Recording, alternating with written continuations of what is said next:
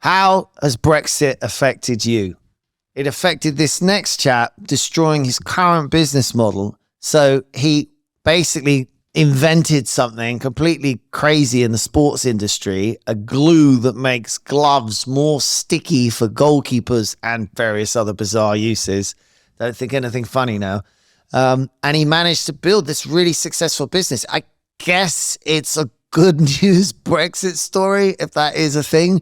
So welcome to Business Without Bullshit with me, Andy Ori, and my co-host Pippa Sturt. And we're here to help the millions upon millions of small business owners navigate the modern business world. It's a nightmare, isn't it? And in this episode, we speak to the fabulous man behind GloveGlu, Paul Sherratt, and he tells us about his leap into entrepreneurship, how he developed his product, scaled his company, and managed to navigate the cutthroat world of modern business sporting goods. It's a nightmare out there. They've got baseball bats, they've got guns, and he's got gloves. Well, he's got a spray for gloves that makes the gloves more sticky, so he can sort of grab hold of you if you wanted, I guess. Check it out. He's a top man. It was so much fun talking to him. So, Paul, it's an interesting place to always be as a manufacturer, and producing a product, which is always interesting. But what is keeping Paul up at night at the moment? Do you know, I'm actually a really great sleeper, which okay, that doesn't help with our question. It doesn't, does for it? a start. My wife. Well, there we go. We'll move on. There's a lot that keeps my wife up at night, but I think the big thing at the moment for me is we're scaling really rapidly as a business. So it's all those classic challenges that a business seeing hockey stick of growth has. Working capital, cash flow. Can we keep our customers happy? All those classic things. Really, we're in that phase of our growth. This is going to sound really dumb, right? But are there enough goalkeepers out there for you to be able to scale successfully? Well, the good news is, of course, football or soccer for your American listeners is a global sport. I wonder if we have American listeners. Do you think we do? Two. Global sport. So, of course, yes. And the other good news is that there's a whole new wave of footballers coming in called women and girls. So suddenly the market space is doubling. So we've got this global sport, boys and girls, and there are some big markets out. And there might be one or two goalkeepers per squad. So there's plenty of opportunity in the marketplace globally for us to grow, and that's where we're seeing it. So it's not a UK specific business development opportunity. It's a global business. What are your key markets? So US is a really strong market for us, and you go, well, hang on a minute. Yeah, soccer in the US is kind of number 5 sport, but heck, there's a lot of people in the US, and actually it's growing. Australia, obviously the key European football playing market, so your Germanys and your Frances and Spains and Italy and so forth. Bizarrely, the Asian markets, South Korea and Japan are really strong for us because our core products, I should probably explain what our core products are. Basically, the number one seller, our hero product, is a spray to make your goalkeeping gloves grippy. That's not cheating. It's not cheating. That's very interesting, the cheating line. When is cheating? Can I get extra big gloves? You can. There is nothing. Really there's nothing gloves. in the rules of association football that says you could not, in theory, have a pair of gloves that basically cover the entire like glove. Mickey now imagine Mouse's trying hands. to move said gloves. Well, you wouldn't need to move. You just stand there. Slightly difficult. You just lie on the ground, put them up, and watch a film. Yeah, they change the rules when something like that happens, doesn't it? What happened? Didn't they have the we're useless at sport, but they've got the boots which had the sticky bit. What was it called? Predator. Thank you. You're welcome. Yeah, I was gonna say something like that. Predators still exist. I mean, didn't they not like them or something? There was a change in the rules, or technology has evolved. So the Predator came out probably 25 years ago, and that's how up to date I am. On the toe, basically, were some ridges that in theory allowed you to apply spin to the ball and have more bend control. Bend it like Beckham. Correct. Oh, I see. And in fact, in that said movie, Beckham, Keira Knightley did in fact wear Predators, but that's a bit of a side story for you. But actually, ball technology has moved on more than boot technology. So you see some of these, absolutely. You see some of these goals at the moment. These balls are moving in the air quite dramatically. I mean, surely there's only so many things you can do to a spherical piece of leather. Well, Pippa, if I could pick you up leather footballs probably haven't been rubber made for 40 years. What are footballs made out of? No, well, I'm loving the connection that you guys have with sport. We're all over it like a rash. Footballs are made from PU, PVC. Right, okay. Sort of, let's call them, But what is it that they're doing to them to make them?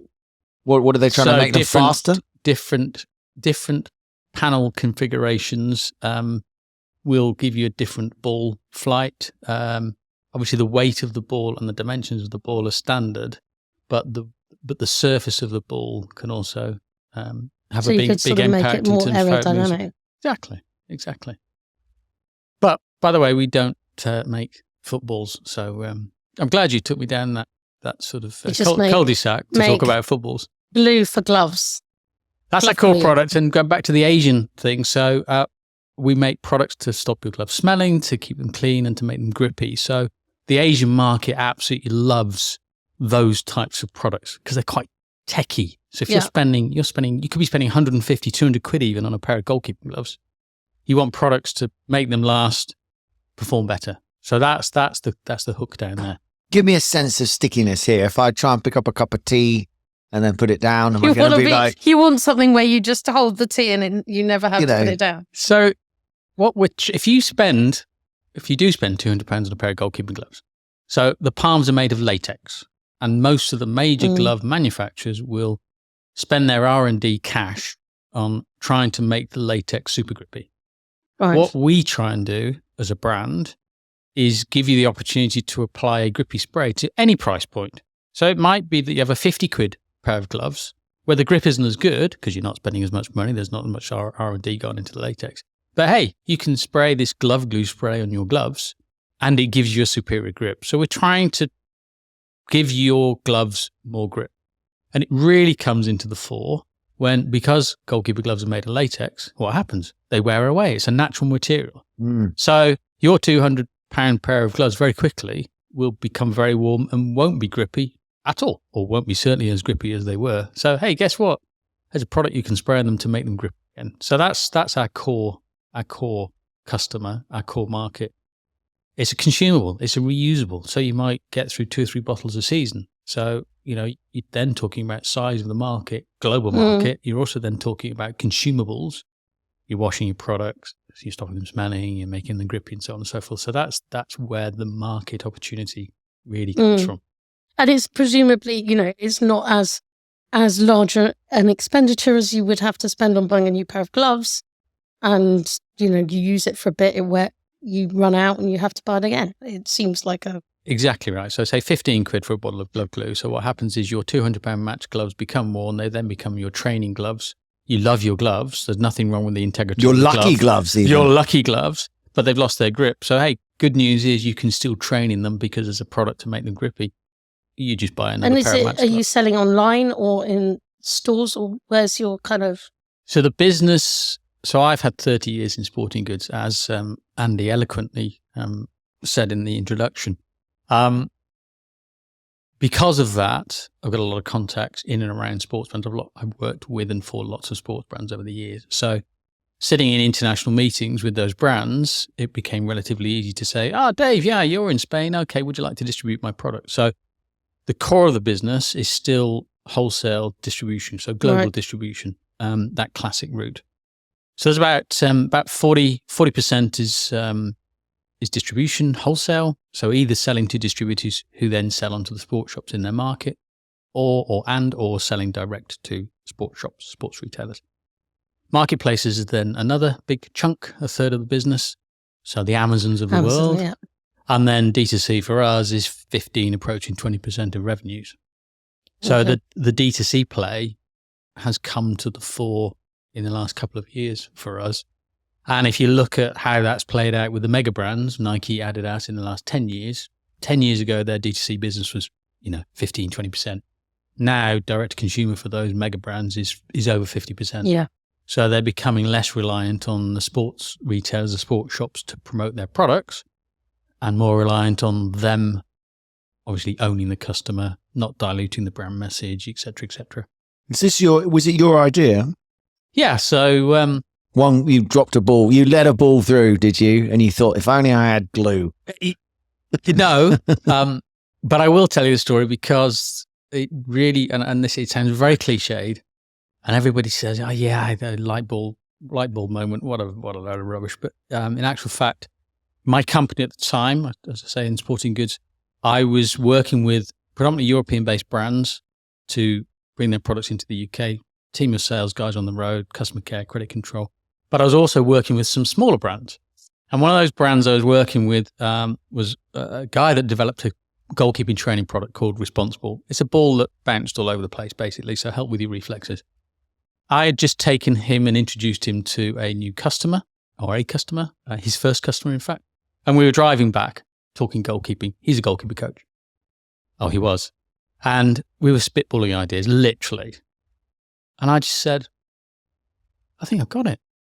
He's like, what? I said, well, all the brands are talking about making their gloves grippy with this super duper latex. What if we developed a spray that you could spray on gloves to make them grippy? And I could tell you where I was. It was a place called Wick Hill. It's between Stow-on-the-Wold and Burford. And every time, and my kids love this, they're now 19 and 17, every time I drive past, hey kids, what happened here? Oh, this is where you came up with the idea for GloveGlu. So, Yeah. But it game changer, sliding doors. Is this how he remembers the story? I feel like they should appreciate it a little bit more. Yeah. I agree with that's, you. That's where a lot of their stuff is for their from. education. Yeah. So, there's something out of it, surely. I love the way memory works too, because whenever you come up with an idea, it's happened to me a couple of lines. Whoever was with you also thinks they came up with the idea. Was it very clear? Because you then speak and say, yeah, this is where I came up with that. He'll be telling his kids. Funny enough, I had lunch with Glenn the other day. He's now gone on actually and has got a really successful marketing agency. And we sat and had lunch. And if I go back, we didn't necessarily have this specific conversation, but yes, so GloveGlu launched in 2012. So we're a long way down the line.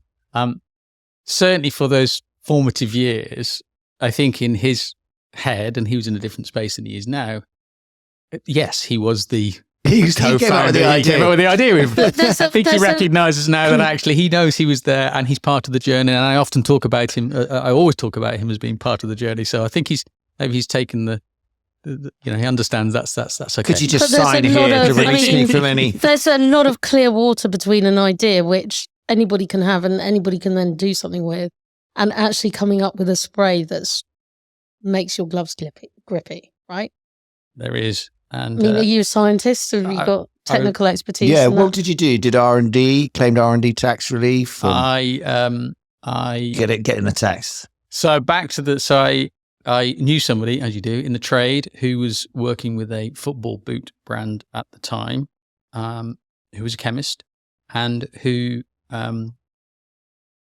understood what I was trying to achieve. So I gave him the brief and samples started to come back. In fact, Glenn, the aforementioned, would help me test those in a coaching environment. But also one of my clients was Ullsport, who's one of the biggest goalkeeping brands. So I had a bit of an inside track, was working at the time with lots of professional goalkeepers. Yeah. So I was able to test it at a pro level and an amateur level. Took us about 8 months. Fantastic. We've cracked this. The ball won't come off my glove. It wasn't that. It was highly flammable. Okay, this isn't going to fly. We're not going to be able to sell this globally. We can't ship this if it's highly flammable. Yeah. So it then took another 6-8 months to keep changing the formula and get back to the point that it was a water-based formula. It's safe to ship globally. It still did the same job. So yeah, the product development spontaneously combusted. Correct. That would have been a bit of a killer for the product launch, I think. So I've got this very funny image of you guys, very, very Alan Partridge or something. You guys testing out all the different salt, and everything's stuck. It's to too everything. Sticky. It's not sticky enough. Can it be more sticky? No, it's interesting. Some of the early feedback. Is there a sticky scale, from jam? That's the official scale, actually. Jam to glue. Yeah. There isn't an official scale. There should be. What you will like. So social media is really important for us. So our TikTok following is 850,000. Oh wow! TikTok followers. YouTube is 170,000. Yeah.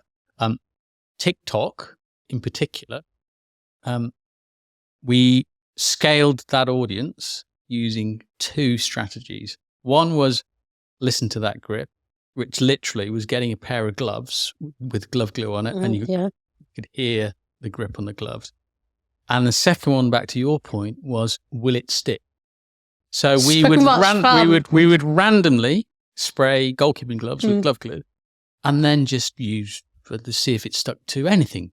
A house, a car, a mug, a jam, a coin, or whatever. And, how many coins can we pick up? So those are the ones that went super viral. I think our most viral had 71 million views. So wow.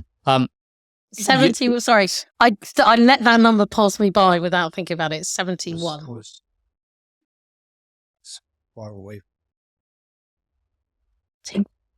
Tea's ruining our flow. I know. Bad intro. Bad mic intro, adjustment. bad flow, mic adjustment. It's just, I thought you guys were pros actually, but never. No. Not in a million years. The 71 million, that's a lot. But there is something, I'm already intrigued. You can imagine it as thinking, is he going to, is he going to stick? Is it going to stick? These simple things we really love, don't you? It's like people, my sister's daughter packing and unpacking drawers. How much can you pack in a drawer, Oh, I like that one. Is that a true one? Actually, I might go and look at that one. Or is there like a whole sort of...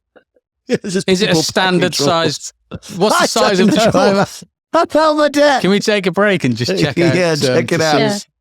I'm loving that. That'll be good. I don't really want to say this because it's a terrible, terrible pun and it's not supposed to be. But what's the long-term goal of the business? I didn't think it was that bad a pun, actually. I thought that was quite good. So we're on a hockey stick of growth. It's the plan How is... far up the stick do you think you are? There's a lot of opportunity. So first and foremost, there's opportunity in the soccer or football market to grow. Secondly, and this was the original game plan, pre-COVID, was to take this sticky spray and roll it out into other glove-wearing sports. And in fact, it was the COVID navel gazing that said, hang on a minute, let's just think about this. You've already got a global audience in football and customers that are buying 5 products. If we introduce another 10, maybe they buy another 5 and we double their business. Or option B, I go to, baseball retailer in the US and say, hi, I've got this grippy spray for your baseball gloves. How many do you want? And he buys 1. And you go, well, okay, well, hang on. Simple math says, let's go strategy A rather than strategy B, because moving into other glove wearing sports, that opportunity doesn't go away. But there's plenty of opportunity still in football. And there's at least another, the narrative for me is 2026 World Cup, US, Mexico, Canada. It's a big market for us. As an opportunity, we'll be hitting some really interesting numbers then.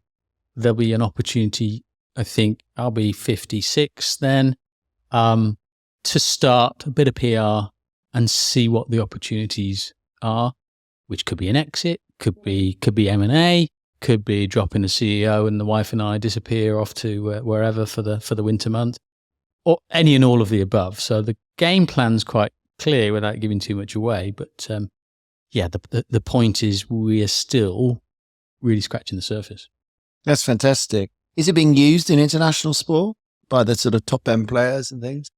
It is and it isn't. It is an interesting one. So if you're a pro goalkeeper, the good news for you as a pro goalkeeper, you're going to get 40 50, 60 gloves. No, you're going to get 40, 50, 60 pairs of free gloves a year. And therefore, this issue of the gloves losing their grip doesn't really affect you because you just open another pair of Is it comparable then? So if I get the most expensive gloves on the market, fresh out of the packet, and I add your spray, it's not going to add anything. Or I get cheap gloves and I spray. Give me the comparison. If you get super, super grippy, our spray will still add some grippiness. The key market is definitely the training gloves where your grippers go. It doesn't matter what you spent on your gloves, your gripper's gone. And or the, let's say 50 quid and under, where you can't afford the gloves that have super grip. And therefore, our product really comes into play there at those sorts of price points. But yeah, there's, without going into complexities, goalkeeper gloves, yes, are made of latex, but there's lots of different types of latex. And therefore... Latex is rubber, ultimately. It's from a tree. Correct. It's the same thing. It's pure latex is pure rubber. Same thing? Yeah. Fundamentally, yes. Yeah. It's what you mix it with as to how grippy or not grippy it is, and how. So there's this balance between longevity and grippiness. Right. And the problem is, no one's been able to solve the conundrum that is the grippier the latex, the softer the latex, and therefore the quicker it wears. Right. The harder the latex, the longer it lasts, but the less grippy Slippier it is. Exactly Yeah. right. So that problem's never going to be solved as long as we use latex. There's a crisis of latex, isn't there? Has it gone? There was certainly a crisis a few years ago. Oh, They it's were a fucking crisis. Well, of they're really everything. worrying about because it's a natural product. We're running out. We haven't got enough or something. I remember reading a while ago. Is that true? It hasn't hit the goalkeeping market at the moment. It's the car tires and things, obviously. Yeah, sorry. Because the other thing is we don't have a replacement for it. Interestingly, rubber is such an amazing thing. We don't actually have a man-made thing that I don't think can easily replicate it. We don't. We launched the world's first. So we also do goalkeeping gloves. We've launched the world's first silicon palm goalkeeping glove. Why? Well, because in the US with American football, these guys are making insane one-handed catches, and the palms of their gloves are silicon palms. The grip. Silica's famous for being slippy, though. No, but the silicon palms are ultra grippy. Actually, Is that a brand? No, that's a style. no, A the technology. silicon material. So Yeah. not silica, silicon. So if you have that against a ball in dry conditions, it's phenomenal. We've launched it as a dry glove. Nobody else does a dry glove, which in certain markets is fantastic. It's not a big seller in the UK because guess what? It rains a heck of a lot, and therefore they're super slippy, and therefore. But it's our effort to try and go, well, let's challenge why our gloves made of latex. So, the challenge, and a lot of the brands are looking at this, the challenge is, as you rightly say, to find, if you can find something better than latex, wouldn't that be pretty cool? So we're working on it. We're Depends looking at if it's made of oil, maybe not. Well, Round and round we go. Absolutely Where we stop, right. nobody knows. This is silica. One's sand, silica, silicon. Yeah, silicon. Because I think of you want a silicon spray. That's how you lubricate doors, and it's better than. So I'm very interested. It says, but I guess it's about tiny stickiness. Is about surface area, isn't it? And creating very high surface areas because there's always a natural stickiness of surface And this area. in the silicon context, it's almost the friction. It's almost the friction that produces Friction. when you catch a ball. Yeah, It sticks in your hand. because it uses it to roll. It can roll, so therefore become very smooth to get a door open. But yeah, I can imagine you creating it that it's just got very high friction like sandpaper. I've hit your sweet spot. I mean, you're off No, on the it's silicon. He's just- loving this. No idea. He's loving Just this like- silica I like to know sand. how He's things loving work. it. I know to know how things work, so it's bothering me. What I want to know, which is a much more me thing, is how you end. Obviously you were doing stuff in sport for a long time. Distributor. What led you to sport? Are you sporty yourself? How Yeah, I did you kind of? Can't stand it. I absolutely love sport. Okay. So I would scribble in my, and I think mum and dad probably still got the textbooks, but I would scribble PJS. I'm Paul John Sherratt, right? So I used to scribble this logo, and I remember being 8 or 9. It was PJS Sports, so PJ So Sports. sport. Beautiful. Yeah. I can have a sports shop. This is great. Loved sport, followed sport, did county tennis, county athletics. My kids love this one. So at the age of 14, I was the 6th best pole vaulter Wow. in the UK. Hey, They love that. They're Don't like, yeah, but sniff at Dad, that. how many pole vaulters are there? I says, no, that's not the point. At You've got least six. pole Stick. vaulting's mad. I At mean, least it's six. mad pole vaulting that you take a stick and you're like, who ever came up with that for the Olympics years ago? Sure. Well, I think I might take a stick and No, just but see how I who can get came up with boiling eggs? I mean, like all these things are mad. Boy, that was a leap. Just a from No, I boiling, just mean from anything. boiling eggs to pole Anything that vaulting. you That was can a think leap. of. that triple jump. humans That's do also tends to be mad. Can you imagine that? Whoever lost the long jump was like, well, I'm going to invent a new jump, which involves a hop, skip, and a jump. And then Yeah, they but that was started doing really- it, and someone was like, well, fuck you, I can do that. Perhaps at the time they were chasing a lion and jumped a stream and a brook and the same thing. That's but what I anyway, was you thinking. know what I There's, mean. Yeah. there's a river with 2 bits. It was like, but Yeah, then, got to then- jump to the island And to then like get a over to branch catch that they the. had to jump it like hop over. Yeah. So anyway, what was the question? Oh yes, how did I get into? Pole Yes, I vaulting. love Your sport. name's Paul Love- Sport, which would have been much easier on the intro. Can you do sport? Can we just call you Paul Sport? Paul John Renowned. Sport, PJ Sport. So yeah, Obsessed. sporting goods. And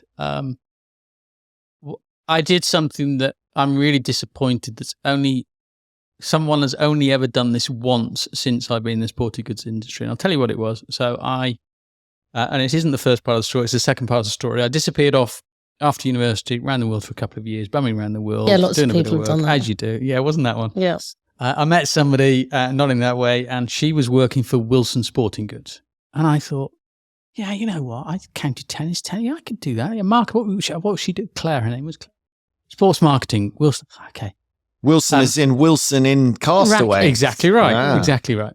And as part of my little stint traveling, I did 4 months of telesales in Sydney. So I thought, okay, got that. That was a baptism of fire, but I've got the skills. So I came back, wrote myself a script, and thought, I'm going to phone the racket sports companies and pitch myself for a job in the same way that I was pitching myself back in Sydney for selling hotel privilege cards.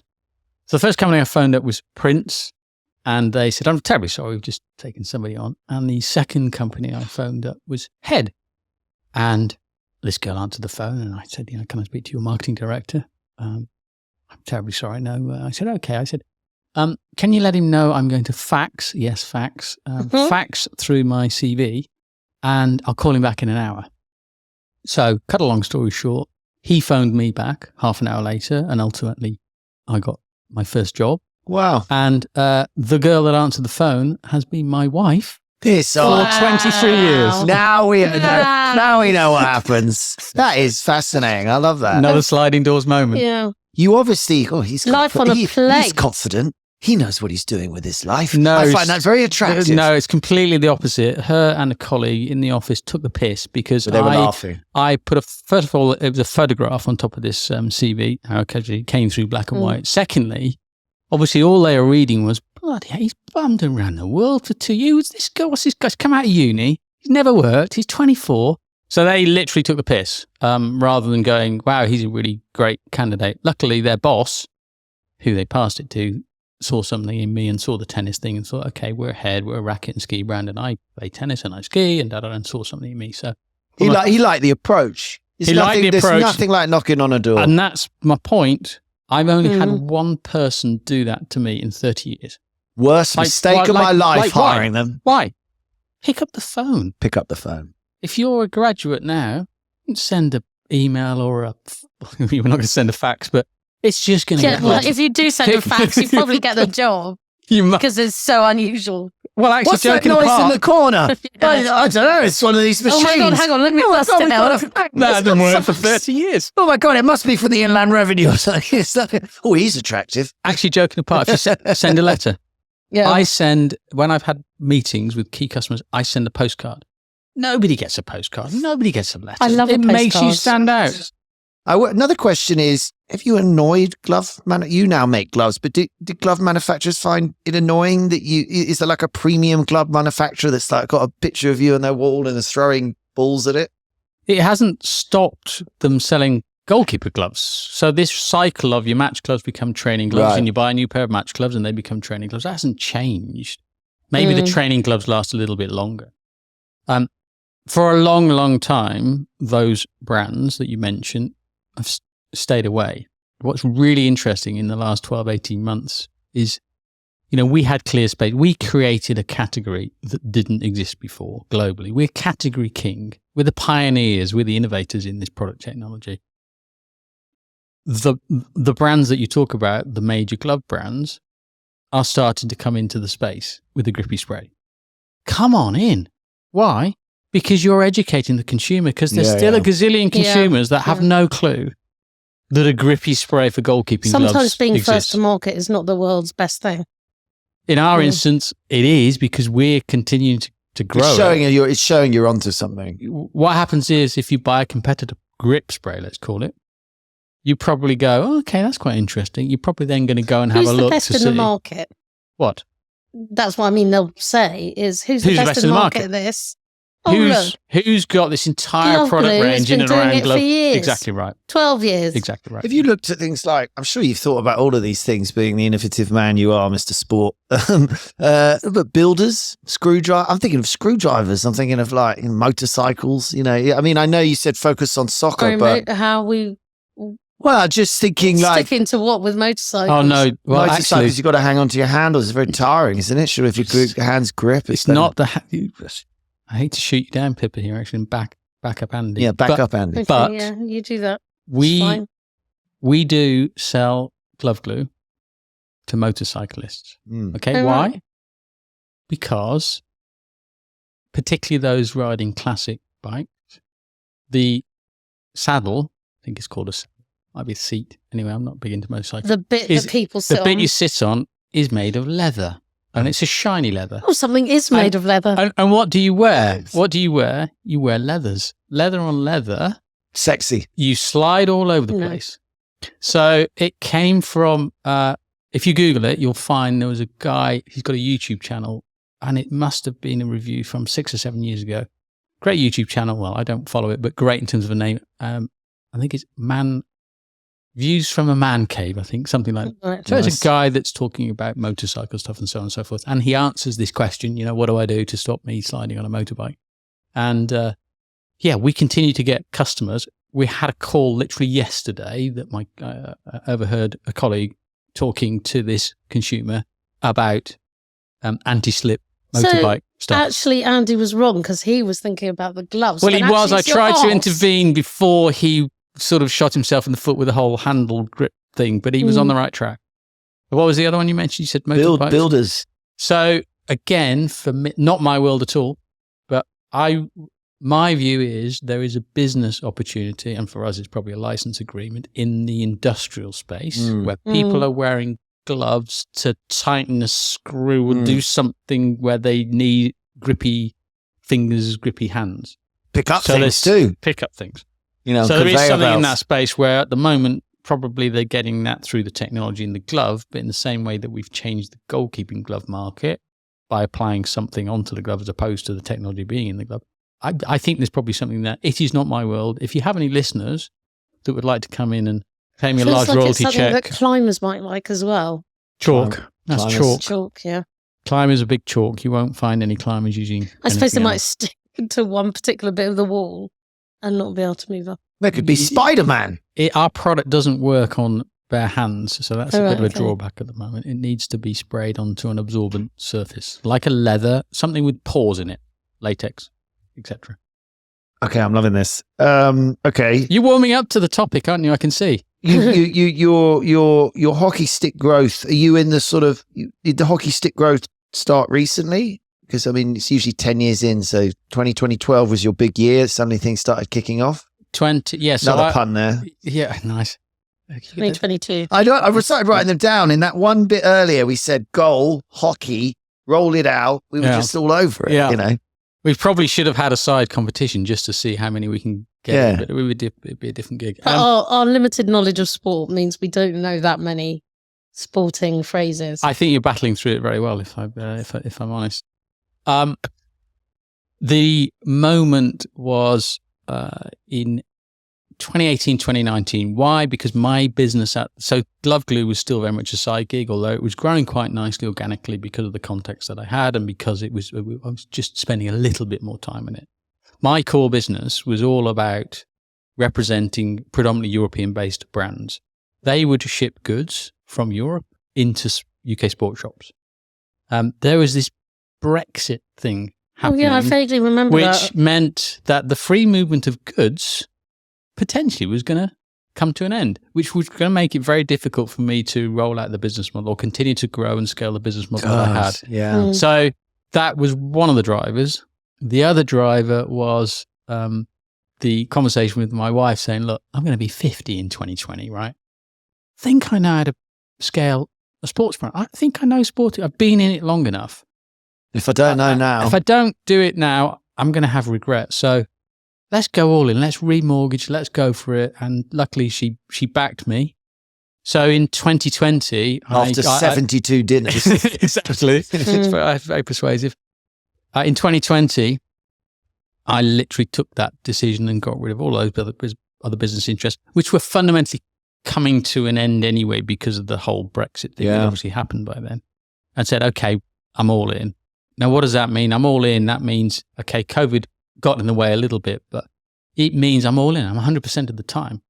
100% of the time as opposed to maybe 5 or 10%. You got some savings, had you? Or that you remortgaged. Oh, you remortgaged. Had some savings. COVID was great because there was a bounce back loan that came in. There was a little bit of money from Oxfordshire District Council. So suddenly there was a pot to play with that got us through COVID. But more importantly, I go from spending 5% of my time on GloveGlu to 100%. And that's the changing point. So in answer to your question, when's the hockey stick of growth really started? Started in 2020, but we're already 8 years in, 9 years into 2021. But so you just hadn't been paying attention. But just hadn't really pushed the accelerator. Do you think if Brexit had come earlier, I mean, all our happiness, if you'd made that decision earlier, it would have been different? Or do you think that 8 years actually is probably just quite good? It was pottering along. It's a really difficult one to answer because if you start going down that route, you're going mad. You're going to regret it. Oh, I wish I'd done it years ago. And, I still think there's plenty of opportunity to scale it and grow it. And, I'm 54 nearly now. Jesus So I'm Christ. a pretty young guy. Yeah. There's plenty of I'm not far off that. I don't want to be sitting on a beach at 55. I'm going to be bored. So, okay, could I have done it earlier? Maybe. Would we have been further down the track? Maybe. But I'm quite happy with the route. Timing might have been good. The reason I ask it is I think a lot of people struggle with that thing. And actually you raise a perfect example. I think Brexit, particularly if you were in distribution, is pushing you into a difficult place. But lots of people's businesses have got to become more innovative, or they've got to come up, as it's been well put. Adapt or die. Yeah, Britain has got unfortunately, we're a little island now, so we better come up with some things that people really want, and we are innovative, thankfully, but it's not a great idea. But I really want to be part of Europe. Is that something? Yeah, well, the thing is, a lot of people struggle with this. I can't give up the day job, but I want to start the new business. So it's just, it's interesting at what point do you make a move? And, I think it just takes a long time. 10 years is almost always the rule. It's like 3 to 5 years to actually get your first decent customer, but you're still not making any money. But it's usually 10 years when you're suddenly like, right, we're off now. I think that's right. I think I was lucky that when I made the leap, to some extent, I was forced to make that leap, as I've said. But the timing was probably right, because there was less risk. Because there was something there already. There was a business Everybody there was already. at risk. And it was a time to start businesses, actually. Yeah, well, that's true as well. And I took that money and the bounce back loan and everything I talked about. And my view was there are going to be businesses that are going to stick their head in the sand and come out of this COVID thing. And it's going to take them a long time to recover. My view was, okay, I'm going to do completely the opposite. I am going to spend the time working on new product development, extending the product range, widening the product range, making sure I continue to talk to my customers during that period so that when we do come out the other side, we're ready to go. And that definitely helped because, it allowed us to kick on and really grow aggressively because we were ready. We had new products, we had new stock. We were able to go back to the market and say, we haven't just been, walking the dog for a year, 18 months. We've actually got a whole new raft of products that we think you're going to like. You're going to make some money. We'll make some money. Let's go. And a lot of them were desperate for something new as well. It's that rule of the strange thing is it's SKUs, they call it, isn't it, in terms of product ranges. And the weird thing is about product ranges is you add a new product to a range you have. It's not just that product that starts selling. Even if that product doesn't do very well, all of your products go up a little bit. That's that old rule that basically you bring attention back. You've got a new product, people go look at it. Become more important to the customer. And, for us, again, B2B wholesale is still really important for us. We've just got more options for them. And just on that point, today, what's happening today, post-COVID, a lot of sports retailers, or during COVID, had a great time because we were all out being active. So they were selling sporting goods, outdoor goods, left, right and centre. a lot of them saw really aggressive growth. What did they do? And when we got into 21, 22, they were like, oh, okay, we're on this really nice growth. We're going to grow another 20, 25% again. The retailers did that. The brands did that. What happened? Oh, we all went back to our normal day life and weren't no one could believe it was going to happen. So suddenly, everybody's overstocked. There's a load of stock in the marketplace. This is really challenging. So they've realized, they've learned from their mistakes and realized actually they're better off having a deeper base of accessories-based bread and butter product where the margins are great. There's no fashion. The product doesn't change very often. But it gives them a much more solid base. There's so much fashion now. So for me, that's great. It comes to me because even if they're not great, they don't have a great goalkeeping glove offer. They know that if they stock a GloveGlu product, 2 in 10, 3 in 10, 4 in 10 will buy it because they've just bought a pair of goalkeeping gloves. So we're picking up big business on the back of that. Dick's Sporting Goods, the biggest retailer, sports retailer in the world, 900 stores. We've just picked them up. Rebel Sports in Australia, 190 stores. So these big Goliath retailers that have come off the back of COVID, overstocked, don't want to be as exposed to the fashion side of sport. Yeah. Are coming to the accessory-based I'm assuming your product doesn't go off as a pressurized container. Is it made in the UK? We have our own production facility. So I made a 6-figure investment a couple of years ago, a production line. We can produce 1.2 million bottles a year now. Great joy for me. You can imagine as a founder and as an owner, seeing these little bottles come down this conveyor belt and get Is it patented, protected, or, what you make, do you try and protect the formula? So it's hard to protect a chemical formula. Because you've got to tell people what it is, pretty much. Exactly. So, but, we have the IP on it, we have the recipe. So, as I said, competitors are coming in now in a small way with their own grip spray. Could you patent it? Did you look at patenting? As I say, you could if you patented the formula. Well, the reality is you'd just go over there and work your way around it. There's so many ways to solve the same problem. That's great. You build a manufacturing facility. Was that a nightmare? Actually, it wasn't. It was relatively easy. I mean, fundamentally, it's a bottling facility. Factory, isn't it? So we buy the chemicals in, we bottle, we label, we put the lid on, we stick it in boxes. Yeah, exactly. So was it difficult? No, because again, in the last few years, the big explosion in the UK is vaping. And what do you need for vaping? You need bottling technology. So you buy, it's better now, but and this is information coming from my bottling plant supplier. He's had a great time of things up until recently, because you'd be able to buy your cheap, crappy vape liquid from China.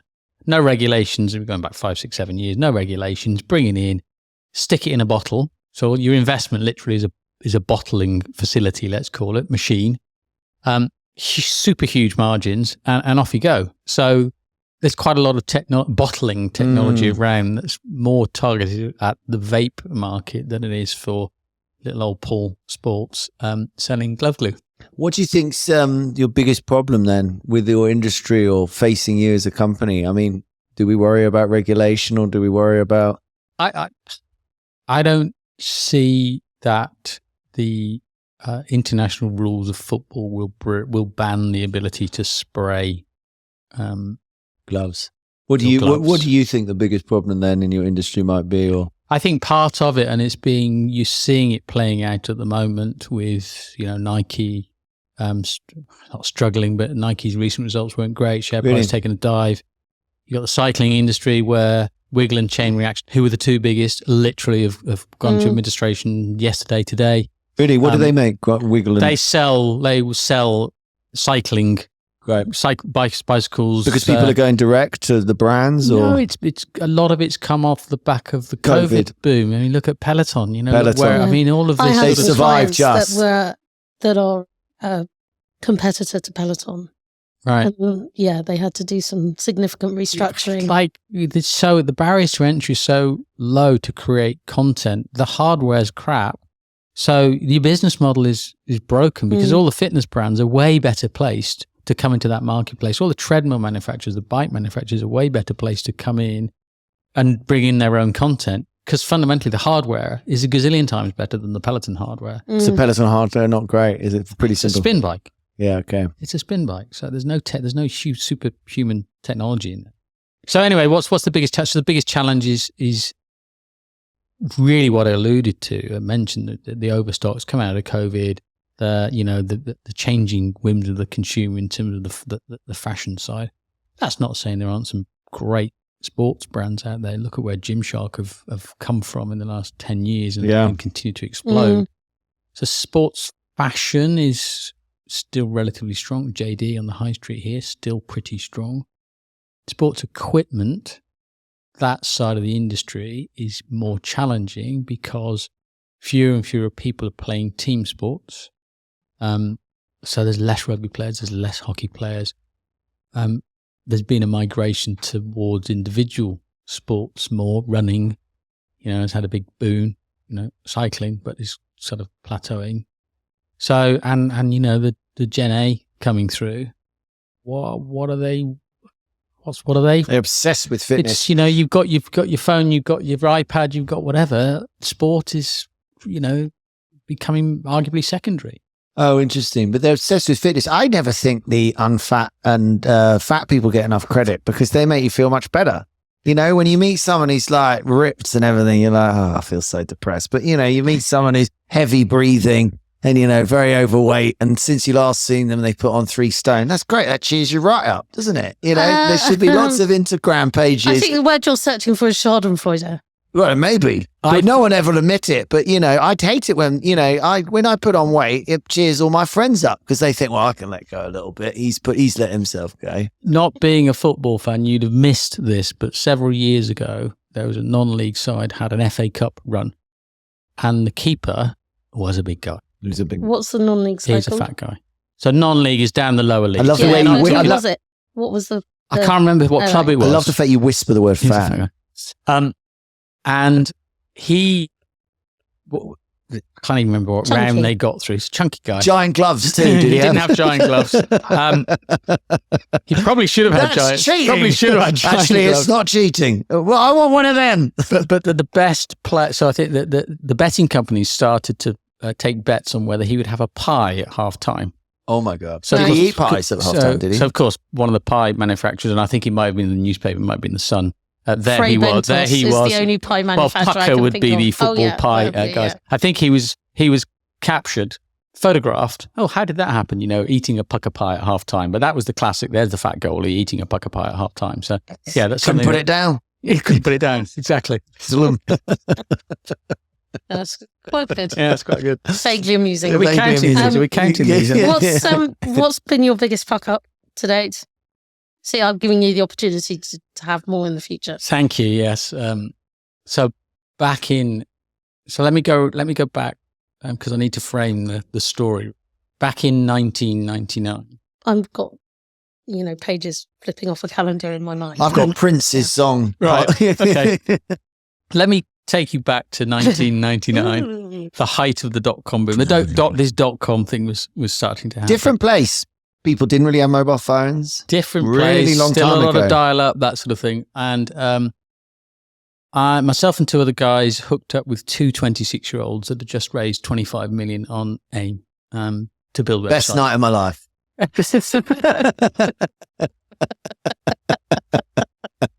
How did you know where the story was going? That's amazing. And we launched the UK's first multi-sport website called sweatband.com. And they invested in about 20 other companies, rolled forward a year to the end of 2000, 2001, and all of their investments had fallen over because a lot of them were content-driven sites. Nobody knew how to make money out of content back in 2000. We had grown from 0 to over 1 million in the first year, going along quite nicely. Merged the 2 businesses. I became commercial director of Internet Business Group, as it was then. And we grew Sweatband and we grew this affiliate network called Affiliate Future. It was all nice and rosy. And the 3 of us from the sports trade that came in exited in 2004. I still had a bit of an itch that I wanted to scratch. That one of the reasons we exited is we got quite frustrated with the tech side of the business because this Affiliate Future thing was just going crazy. We built it to 16 million turnover, but all the tech time was going into Affiliate Future. So I got frustrated with sweatband.com. It still exists today and it does very well. So I still had this itch that, I really want to build an e-com business by myself. So Oh, so you weren't an owner in Sweatband? I was. And we exited, and that was fine. Yeah. I was out. Okay. Still wanted to do something. Okay. So, kicked my heels for a while, and we moved house, and first son was born, and so on and so forth, and thought, okay, I'd like to get back in this space. So I launched The Golfer's Warehouse. I thought, this is great. This is golf. I play a bit of golf. And it was an eBay play and an e-com play.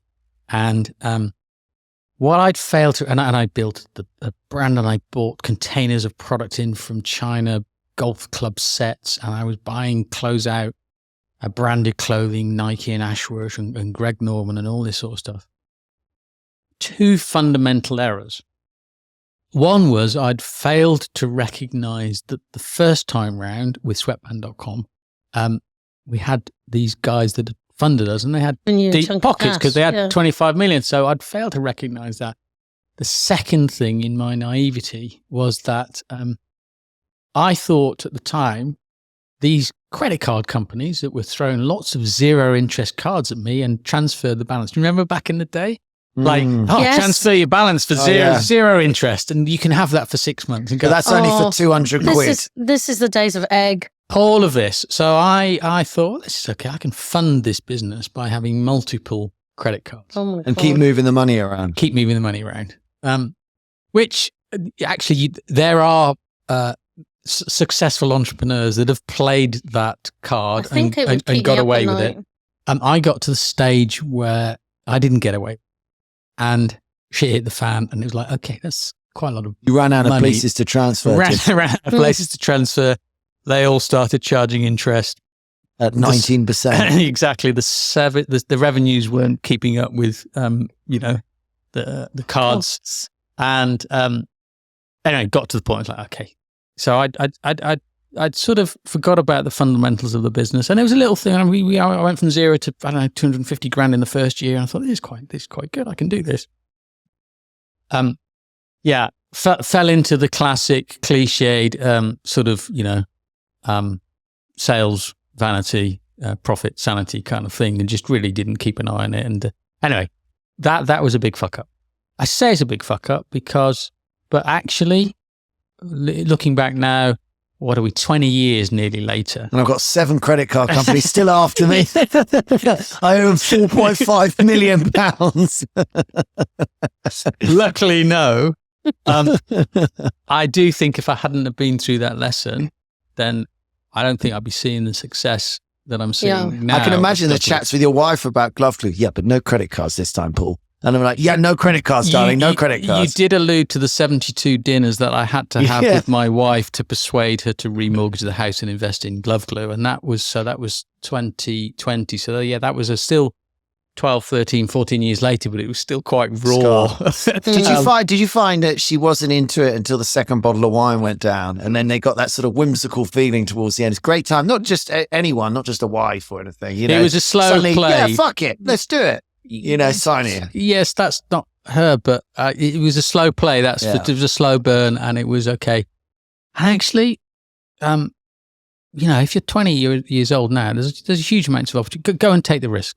Go out there. If you've got an idea, go and do it. You can start again. What's the worst that can happen? Do you know the worst that can happen in your situation? You'll go bankrupt, and you won't be able to be a company director for 5 years. But it's not actually the end of the world. Go and screw your mortgages up. But the problem is that if they're 20, they're already living in their parents' basement. There isn't anywhere for them to go. Yeah, but they can stay there. Take the risk, roll the dice. That was the biggest thing for me. Rolling that dice at 50 with 2 teenage sons and wife and mortgage and blah blah and costs associated and a with GloveGlu glove on was very difficult. It was very difficult.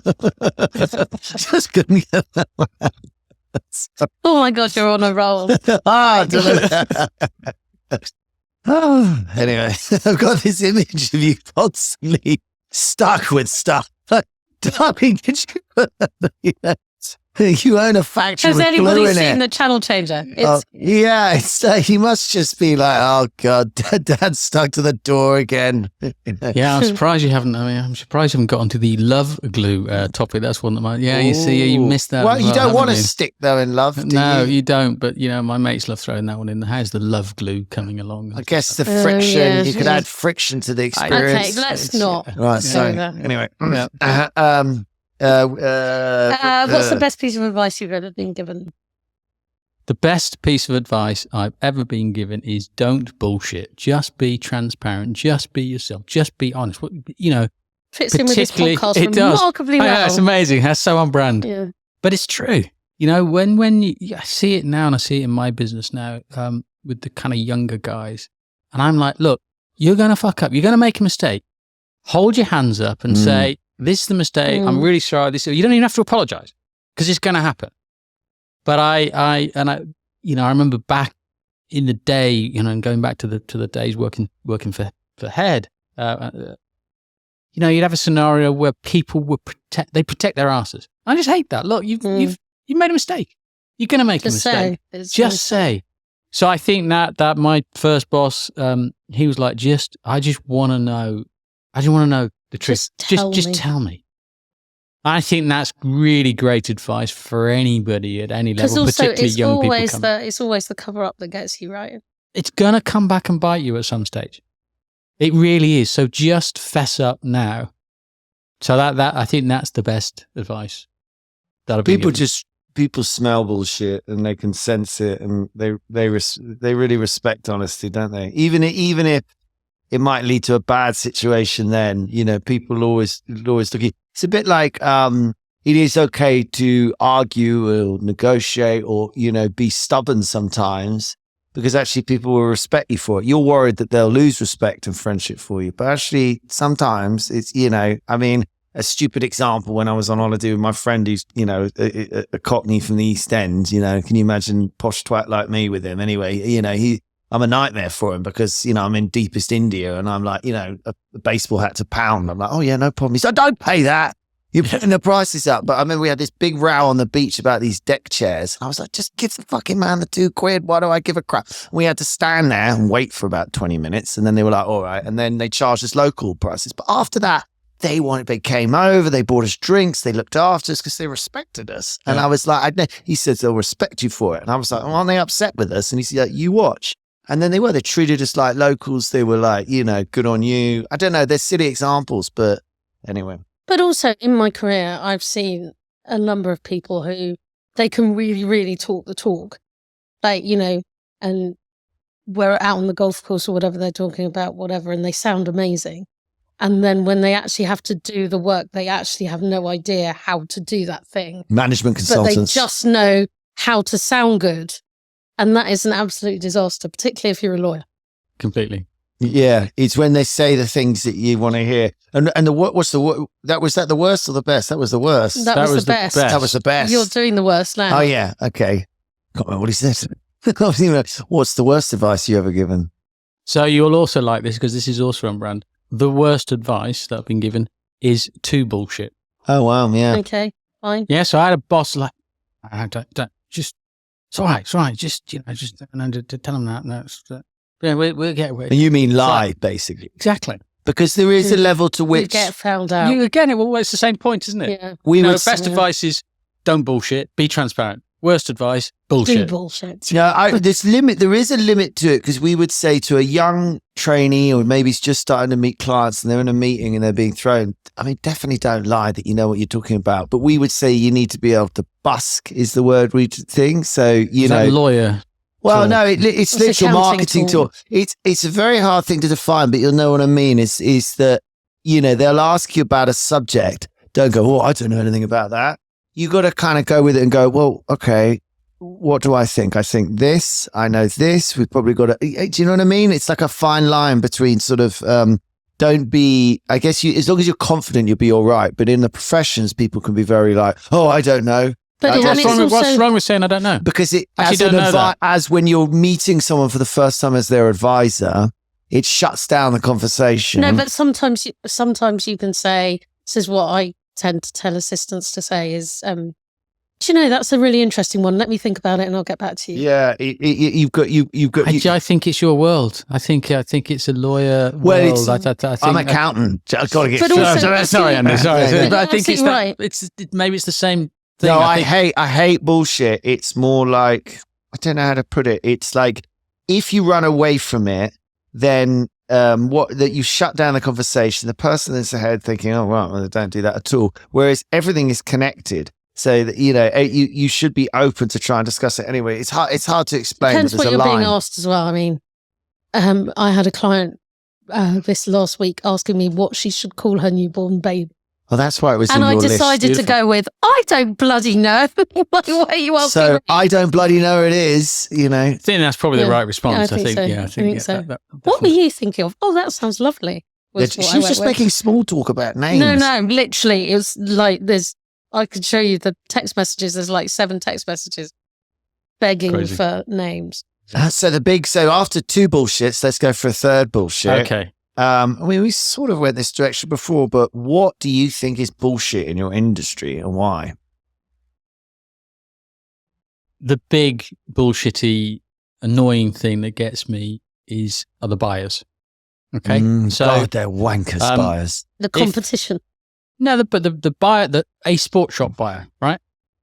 In my view, if you are a buyer for a retailer, it doesn't matter whether it's sporting goods or anything. Yeah, Then any buyer. Your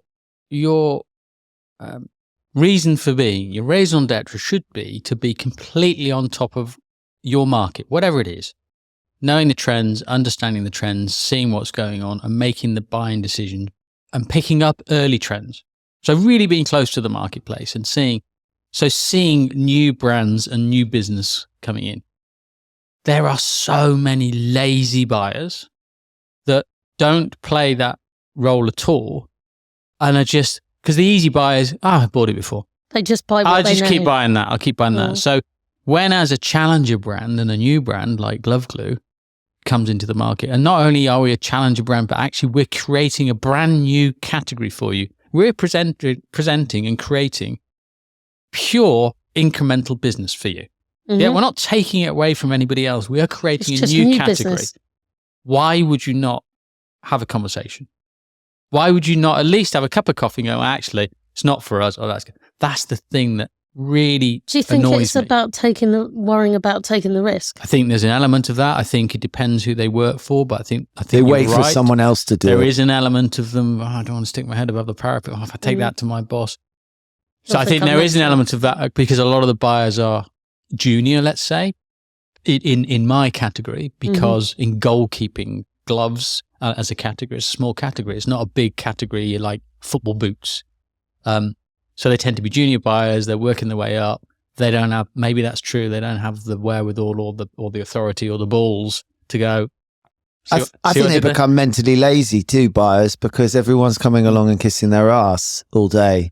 And so they start becoming arrogant, and I think it would kill your curiosity to a sense. You'd feel, it's a bit like I've got a theory that people who drive taxis all the time feel very sort of, they're very strong in their opinion. Oh, I know what I'm doing. We're going left, we're going right. They've got this sort of, and it's the same sort of buyers. I've experienced buyers in my life, and they're some of the most miserable bastards in skincare. This is what I dealt with in the UK. And, they're just so like, yeah, whatever, well, and so I wonder, the people who are enthusiastic about product lines and stuff, those are brilliant buyers, and they're usually well known. I know one very well who's been on this podcast, I forget his name, for Liberty. Right. He's very famous for like revolutionizing Liberty, because you get someone who's excited, who's passionate about it, because how are we going to, in a retail space, how are we going to create an experience for this shopper in Liberty? What kind of brands we're going to do? Yep. How are we going to, and that's exciting, that's fun. But as you say, they're young he was people. at a level, the guy you're talking about, and I don't know exactly who you mean, but he was at a level that he was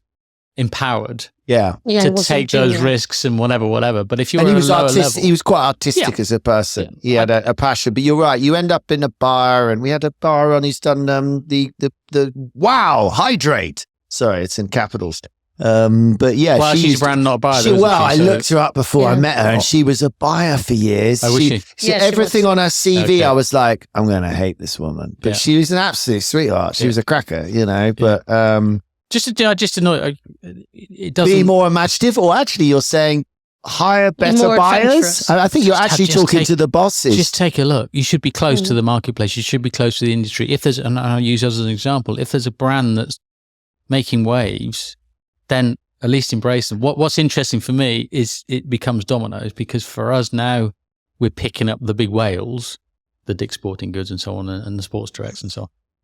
Then the junior buyers are more likely to list the product, because they can hide behind that and go, well, look, they can go to their boss and go, well, look, I mean, they're in Dick's Sporting Goods. I mean, why wouldn't we list them? Yeah, there is always that. They've been bringing motorcyclists in for days, sticking their bottoms to motorcycles. Yeah, it's taking off. Well, they're sticking it down. Yeah. Absolutely. Oh God, you must live with this. You're in an industry which is just full of puns. It's anyway. That's joyous for me. Okay, Paul. Okay. Welcome to the 10-second quickfire round. This is where we're going to ask you a list of questions to get to know you a little better, and you have 10 seconds to answer each question. Are you ready? I am. D, cue the music. What was your first job? Barman, Lion Hotel, Shrewsbury. What was your worst job? Telesales, Sydney.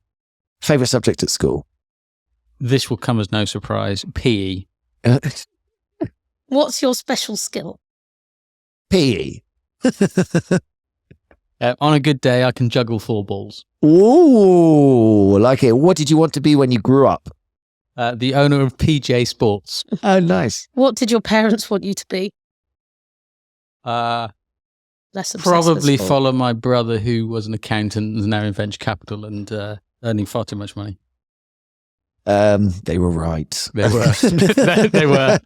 Damn them. What's your go-to karaoke song? This gives away my age. Tainted Love, Soft Cell. Oh, that's my kid's current favourite song. Beautiful. You put on the song, Daddy. Put on the song. Beautiful. It's a cracker. I'd forgotten about it. Have you ever been fired?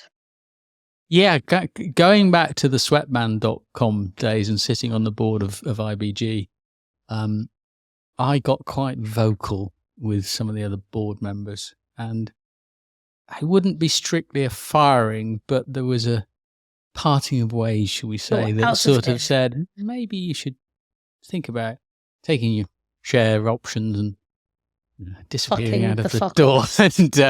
And I sort of worked from home for a bit and sort of played that game. And did you fax a picture of your face? No, I didn't. That's like the Back to the Future fired by fax, isn't it? But no. So I don't know whether technically fired. I mean, we'll include that. I'll cut that. Yeah, I think that's fair. They got rid of you. Yeah, they got rid of me. No one ever gets fired. Everyone else gets told to just maybe find the alternative method. Look around. Yeah, look around. And we're not going to. You might find something better over there. Office dogs, business or bullshit. Oh, sorry, I missed that one. That's outrageous. I've done both. So we had an office dog for a while, and a bit distracting. Not really sure. So yeah, we don't have pets at home. So I'm probably more of a bullshit than a. I don't think they generally help me work, but yeah. Nah. Sorry, man. I mean, he's got up now. Oh, do you know he's coming for us. Wow, do you know what? I actually hadn't even noticed there's a dog in the room. Oh, right, that's brilliant. He's quite diminutive. Yeah. You're going to notice now. He's going to rip your bollocks off. Yeah. What's your vice? Obviously, being in sporting goods, I'm incredibly healthy and I like a good whiskey. Oh, which you like? I like anything. I like a good smoky. So there's a whiskey called Smokehead, which I haven't tried that. Is where are you on Lagavulin? You think that's? That's okay. I don't think it's that great. It's okay. Have you ever done a blind whiskey taste? I haven't. It's on my bucket list. I must go up and do a little whiskey tour. And you could do it at a bar. If you go to a posh bar and you just think, fuck it, you can spend like 200 quid and just get them to give you different shots blind. Yeah, I've done that, but not in a formal way. Yeah. But what I found fascinating is I worked out I didn't like Lagavulin, even though I thought I really liked it. And the one that won, for both of us had pretty much same opinion, was a Johnny Walker Red. Like, it was like, oh, what you really like is this. And apparently it's quite often true. Like, it's, some of the blends are beautiful. Yeah, that Red's quite an expensive one. I think it's like a couple $100 a bottle, actually. Yeah, someone gave me a Jameson's the other day that was aged in Guinness barrels. And that was quite interesting, quite like that. So yeah, I'm up for a bit of whiskey. 5 top tips for founders and entrepreneurs. Be brave. Number 1. Definitely reach out to those that have done it before and ask for help. Take time out. So something I introduced in the last 12 months is a monthly CEO day where I disappear off by myself, no distractions, and just spend time trying to solve, possibly or on a mountain or a walking, but just try and solve those conundrums that are going around in your mind that you don't normally have the time to just sit and try and work them through. That's been really valuable. Share your journey. Love that. Love sharing it with friends, family, team, external, internal, because it's that little conversation with whoever and that can be a game changer. And surround yourself with trusted lieutenants. So if you're trying to build a business, you've got to really trust and empower the team around you. And as I said before, it's all about transparency for me and giving them the opportunity to grow within their roles and trust them in that process. You're making it sound quite mafia. Trusted lieutenants somehow has some ring about it. It actually did, now you come to mention it, but that's another side of the business that we shouldn't discuss. Right?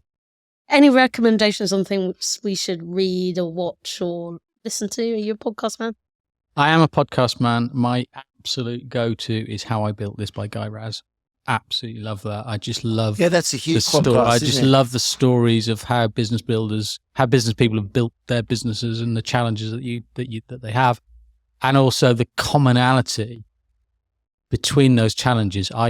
How many people literally have exactly the same challenges along the way and following the same journey. So I love how you got to get to episode 200 and be like, oh, bloody I heard this one before. And again, this is going to come as no surprise to you, but it's Shoe Dog by Phil Knight, who's the founder of Nike. Oh, I heard that so many times. Which is an awesome book, not just about Nike. Of course, it resonates massively with me with my 30 years in sporting goods, but just as a business book. How hard he found it, people tell me. Like everything went wrong. Everything, in terms of finding it hard from a cash point of view and from then trying to change the shape of marketing and just everything that they did as a business. For me, unfortunately, the book finishes in something like late 80s, early 90s. I kind of wish there was a number 2 that just says, why have you stopped there? I want to sort of read more. Is he still alive? He is still alive, yeah. But great book. Maybe ring him up, ask him to do a second volume. Perhaps I should do that. Perhaps I should reach out to him. And I don't know if he's on LinkedIn. I might just message him and say, "Hey, it's Paul Sport from the UK." I always think of The Simpsons when he changes his name to Max Power too. He gets it off a hairdryer, and everything goes so well. I think it's the same episode. They end up this guy allows him to design a car because he's so sort of Max Power would be a good name for you. A very quick aside. So, referring back to my telesales time in Sydney, I would phone up people and say, "Hello, it's Paul Sherratt from the Sydney Park Royal," and they would go, "I'm sorry, Paul who?" So it just killed it straight away. So I did indeed change my name during my telesales career to Paul J, because nobody's going to get that wrong. So, hello, it's Paul J from the Sydney Park Royal. Hello, Mr. J. So there are circumstances where changing one's name definitely helps. Isn't it also that true that the first 3 seconds of every phone call you can say anything? You say, "Oh, you fucking." Yeah, they can't understand it. There's like this gap. Try this there's a gap of sort of processing time. Not sure in the telesales world it's worth trying that one. No, I don't think so. Didn't work. Yeah, exactly. Got my timing wrong. Exactly.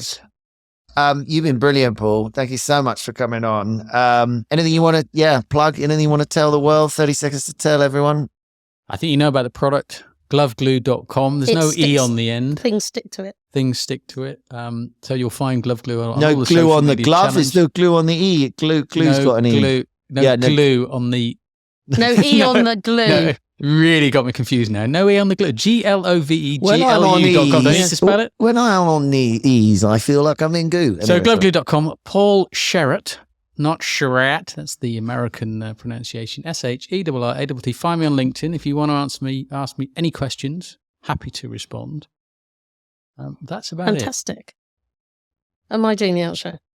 So there you have it. That was this week's episode of Business Without Bullshit. Thank you to Paul.